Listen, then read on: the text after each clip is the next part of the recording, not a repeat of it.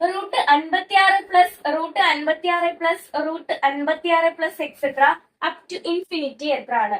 നമുക്ക് കണ്ടുപിടിക്കാം എളുപ്പത്തില്. ആദ്യമേ ഈ 56നെ രണ്ട് അടുത്തടുത്ത സംഖ്യകളുടെ ഗുണിതമായിട്ട് എഴുതുക.